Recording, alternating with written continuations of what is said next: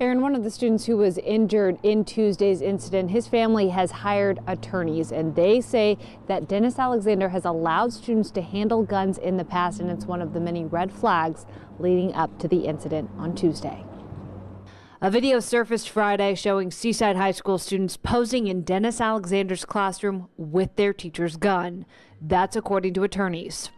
And we do have information that in previous years he has passed his firearm around to other children to take pictures with. One student was hurt Tuesday when Alexander discharged his gun during a classroom demonstration. The bullet hit the ceiling and debris came falling down. And then I look at my shirt like that, and there's like blood on my shirt, and then I like wipe my neck kind of, and a bullet fragment comes off my neck.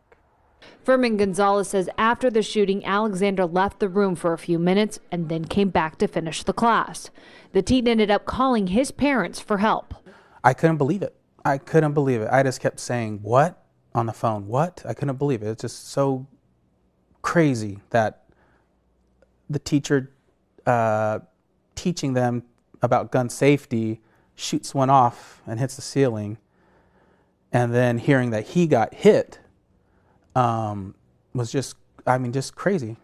The Gonzalez family has hired an attorney, and the firm says earlier in the semester, Alexander passed his gun to students and let them take pictures and video with it that were later posted to social media. You choose to bring a loaded firearm into the classroom. You choose to carelessly discharge it instead of properly verifying that there is any ammunition in it. You choose to circulate it with the children and allow them to take social media pictures with it. These are all dangerous things. According to attorney Connell Dunyan, following the shooting, Alexander came back to class and proceeded to finish the lesson, showing kids how to disarm an attacker with a gun. But this time around, he used a dummy gun. So it was more than just a gun safety demonstration. It was actually, the point was to have the children interact with the gun. KSBW has independently verified with one Seaside High School student that yes, Mr. Alexander has let them handle the gun in the past. He is a reserved police officer, and the gun used in Tuesday's incident was his service weapon, a Glock Model 21. Aaron. All right, thank you, Caitlin. Meantime, Dennis Alexander broke his silence last night during a packed city council meeting, apologizing to the community and the dozens of students who turned up to support him.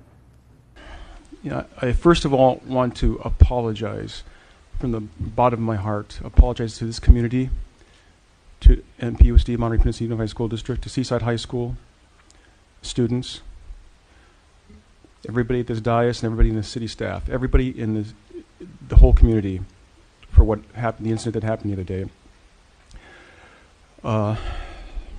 I don't know, I can't find the words to say how sorry I am for the incident. But I also want to thank all of those who've shown support. It helps a lot. It gets me through the day. I also want to thank the professionalism of the Seaside Police Department and the Sand City Police Department.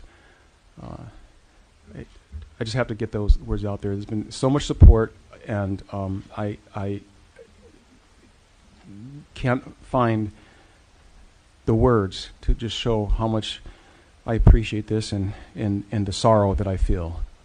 I hope you'll accept it. Thank you very much. Alexander, as Caitlin mentioned, is a reserve Sand City police officer. He also serves on the Seaside City Council and volunteers with the Red Cross. He's very active in the community. Police say they are working with the district attorney's office to determine if he should face any charges.